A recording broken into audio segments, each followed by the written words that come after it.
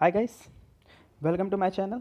Guys, पिछले video में हमने जाना था कि चीन ने कि सोवियत संघ से वो जुड़ गया था और उसका आर्थिक विकास रुकने लग गया था। मतलब उस पर बहुत बुरे बुरे प्रभाव पड़े थे। ये हमने पिछले वीडियो में जाना था। मतलब वो केवल अपने संसाधनों पर निर्भर होकर अपना विकास करता था, किसी दूसरे देश से संबंध नहीं बनाता था। अब आगे इसने सुधार के लिए कई सारे कदम उठाए थे। तो गाइस, उस सुधार के लिए क्या कदम थे वो देखो ये थे। और गाइस, इन्होंने ये सुधार कदम ऐसे थे कि आज वो विश्व की दूसरी सबसे बड़ी अर्थव्यवस्था बन गया है। तो सुधार कदम ये थे। 1972 में इसने धीरे धीरे पूंजीवादी देशों से संबंध बनाना शुरू कर दिया, जैसे कि अमेरिका से और नाटो से। अगर आप नाटो के बारे में नहीं जानते तो आपको सित्युत चैप्टर का अध्ययन करना होगा। ठीक है, आगे देखते हैं। 1973 में कृषि, उद्योग और सेना और विज्ञान का आधुनिकीकरण करने के लिए वहाँ के जो तत्कालीन उस समय के जो नेता थे, चाउ एन लाइन ने कई सारे कदम उठाए। ठीक है, ताकि इनका आधुनिकीकरण हो सके। 1978 मतलब 1978 में आर्थिक सुधार किया गया और खुले द्वार की नीति अपनाई गई। ये बहुत इंपॉर्टेंट है। खुले द्वार की नीति का अर्थ यह है कि अब विश्व की कंपनियां जितनी भी है वो चीन में आकर अपना व्यापार कर सकती है। ठीक है गाइस, इससे क्या हुआ कि चीन के जितने लोग थे उनको रोजगार मिलने लग गया और चीन का विकास होने लग गया। अगला है 1982 मतलब 1982 में खेती का निजीकरण। इसका मतलब ये है कि जो कितनी भी खेती बाड़ी की जाती थी अब वो प्राइवेट कंपनी के माध्यम से की जाने लगी। और प्राइवेट कंपनी सरकारी कंपनी के माध्यम से बहुत अच्छा कार्य करती है। मतलब इससे खेती का बहुत तेज़ी से विकास होने लगा। अगला है 1998 में इन्होंने उद्योगों का निजीकरण कर दिया। मतलब सरकार के पास जितनी भी कंपनियां थी उस सरकारी कंपनी को बेच दिया, किसको? प्राइवेट कंपनियों को। ठीक है, तो उद्योगों का निजीकरण कर दिया और इससे उद्योगों का भी विकास तेज़ी से होने लगा। अब देश में जितने भी उत्पादन होते थे, बहुत ज़्यादा देश में उत्पादन हो गया और उस उत्पादन को विश्व में बेचने के लिए इसने 2001 में विश्व व्यापार संगठन का सदस्य बन गया। और इस विश्व व्यापार संगठन में सदस्य बनने के बाद वो विश्व से व्यापार करने लग गया। ठीक है गाइस, और इसको WTO के नाम से जाना जाता है, वर्ल्ड ट्रेड ऑर्गेनाइजेशंस। अगर दो देशों के बीच अगर मान लो व्यापार से संबंधित कोई विवाद हो जाता है तो वर्ल्ड ट्रेड ऑर्गेनाइजेशन ही उस समस्या को हल करता है। अब जब इसने ये नीति अपनाई तो इसके चीन पे क्या क्या प्रभाव है, मतलब क्या क्या परिणाम पड़े। तो परिणाम जो हुए उसमें पहला था कि चीन का तेज़ी से विकास होने लगा, ग्रामीण उद्योगों का विकास होने लगा। मतलब गांव में जितने भी उद्योग थे उनका तेज़ी से विकास होने लगा। लोगों के प्रति व्यक्ति आय बढ़ने लगी, मतलब लोगों की आय इनकम बढ़ने लगी। लोगों का जीवन स्तर में सुधार होने लग गया। विदेशी मुद्रा का भंडार हो गया, मतलब ये भी बढ़ने लग गया। ये विदेशी मुद्रा क्या होता है? ये विदेशी मुद्रा होता है कि अगर मान लो आपको दूसरे देश का सामान खरीदना है, अगर मान लो कि आपको अमेरिका का सामान खरीदना है तो अमेरिका का सामान खरीदने के लिए आपको डॉलर चाहिए होगी, जापान का खरीदने के लिए येन चाहिए होगा, भारत के लिए आपको रुपये चाहिए होते। तो वैसी मुद्रा को विदेशी मुद्रा कहते हैं और चीन पर इसका भंडार हो गया। आगे शहर का विकास हुआ, शहर में उद्योगों का विकास हुआ और ये एक अनुमान माना गया कि अगर चीन ऐसे विकास करता चला गया तो सन 2040 तक वो विश्व का सबसे बड़ा महाशक्ति देश बन जाएगा और अमेरिका पीछे हो जाएगा। आगे जब ये सुधार नीति चलाई गई तो इसके कुछ बुरे परिणाम भी हुए। तो बुरे परिणाम क्या थे? देखो, वहाँ पे पर्यावरण को बहुत बड़ा नुकसान हुआ। हवा गंदी हो गई, नदियाँ गंदी हो गई, कचरा फैल गया, पेड़ काटे जाने लगे। महिलाओं की स्थिति में कोई सुधार नहीं हुआ। देश विकास तो किया लेकिन महिलाओं की स्थिति में कोई सुधार नहीं हुआ। यहाँ तक कि इतने सुधार करने के बावजूद वहाँ पे करोड़ लोग बेरोजगार है। लगभग 10 से 12 करोड़ वहाँ पे बेरोजगार है लोग। आगे है शासन में भ्रष्टाचार ज़्यादा बढ़ गया। महामारी का बार बार आना, महामारी मतलब समझ लो बीमारी का बार बार आना, जैसे सर्स, मर्स और हाल ही में एक कोरोना बीमारी प्रचलित है, ये भी चीन से ही निकली है। तो ये सब क्या हुआ? ये उनकी नीति के ही परिणाम है।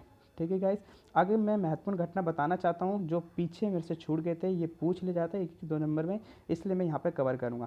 देखो, जो भारत है उसने आसियान के 2 देशों से मुक्त व्यापार समझौता बना रखा है। अगर आप उस देशों से व्यापार करो तो कोई भी सीमा शुल्क नहीं लगेगा। एक है थाईलैंड, एक है सिंगापुर, जो आसियान के सदस्य है। अगला क्षेत्रीय संगठन क्या होता है? तो क्षेत्रीय संगठन क्या होता है?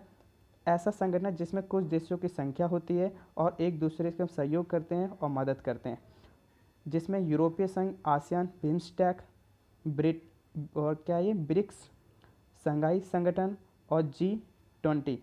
इसमें आपने केवल इन्हीं दोनों के बारे में पढ़ा है, इसको आप बड़ी क्लास में पढ़ोगे तो ये भी क्षेत्रीय संगठन आप लिख सकते हो। अब जब भी कोई क्षेत्रीय संगठन बनाया जाता है तो क्षेत्रीय संगठन के उद्देश्य क्या होते हैं, तो देखो एक दूसरे की मदद करना, एक दूसरे का विकास करना, आर्थिक सामाजिक राजनीतिक संबंध को सुधारना, एक दूसरे में व्यापार को बढ़ाना, आपसी समस्या से बातचीत शांति से हल करना, एक दूसरे की क्षेत्रीय सीमा का सम्मान करना। आसियान बनाई गई, उन्होंने इसी उद्देश्य के लिए तो बनाया था, यूरोपीय संघ ने बनाया, इन्होंने इसी उद्देश्य के लिए बनाया गया था। आगे इसमें लिखा है कि यूरोपीय जो संघ था उन्होंने अपना एक संविधान भी बनाने की कोशिश की थी कि पूरे देश जितने भी जो सदस्य यूरोपीय संघ में शामिल थे उनमें एक ही संविधान लागू होगा। 2003 में बनाने की कोशिश की थी लेकिन वो असफल हो गया, फेल हो गया। वजह यह थी कि हर देश की अलग अलग मांग थी, इसलिए वो सफल नहीं हो पाई। अगला था जनवरी 2002 में 12 देशों ने नई यूरोपीय मुद्रा को अपनाया। ये एक एक नंबर में पूछ लिया जाता है। आगे है मास्ट्रिक्ट संधि। मास्ट्रिक्ट संधि के माध्यम से यूरोपीय संघ की स्थापना 1992 में की गई थी और जब इसकी स्थापना की गई थी तो उसी संधि के समय जब ये हो रही थी तो उस समय डेनमार्क और स्वीडन ने यूरोपीय मुद्रा को मतलब अपने देश में लागू करने से इनकार कर दिया था। आगे देखते हैं आसियान की full form association of south east Asian nation, मतलब दक्षिण पूर्व एशिया राष्ट्रों का संगठन। ये सांगेन वीज़ा मतलब होता है केवल एक देश का वीज़ा लेना। मतलब यूरोप में यूरोपीय संघ में कई सारे देश शामिल है, अगर आपको उनमें घूमना है तो केवल आपको एक देश की वीज़ा लेना है तो आप यूरोपीय संघ में सभी देशों में घूम सकते हो। यहाँ पे देखो, यहाँ पे चीन और भारत के संबंध बताए गए हैं, ये कैसे हैं। तो देखो बुरे भी संबंध है, अच्छे भी संबंध है। तो सबसे पहले हम बुरे संबंध जान लेते हैं। देखो जो लद्दाख क्षेत्र है, ये लद्दाख जम्मू कश्मीर और लद्दाख के वहाँ पड़ता है और वहाँ पे क्षेत्र है अक्साई चीन, ये भारत के हिस्सा है लेकिन इस पर चीन ने कब्जा कर रखा है। एक ये विवाद है। अगला विवाद अरुणाचल प्रदेश के क्षेत्र को लेकर विवाद है। दलाई लामा ये बुद्ध धर्म के गुरु माने, जो बौद्ध धर्म है उसके गुरु माने जाते हैं, ये समझ लो उनके धर्म गुरु माने जाते हैं। ये जब भाग के भारत आए थे तो भारत ने इनको शरण दे दी थी तो चीन ने इसका विरोध किया था। आगे 1962 का युद्ध, आप जानती हो जो ब्रह्मपुत्र नदी है उसके पानी को लेकर भी हमेशा विवाद रहता है। तो ये विवाद है। अब विवाद को कैसे सुधारा गया, मतलब अब देखो इस विवाद को सुधारने के लिए पहल हुई तो राजीव गांधी ने यात्रा की 1988 में, और जब राजीव गांधी ने इसकी यात्रा की तो इससे चीन और भारत के बीच में संबंध में सुधार आया। इसके बाद व्यापारिक समझौते हुए और उस व्यापार समझौते हुए 1984 में 1984 में, ताकि विकास मतलब व्यापार भी बढ़ सके और विकास होते हैं। ये भी पाया गया कि व्यापार में 30% सालाना वृद्धि होती चलेगी 1999 के बाद से।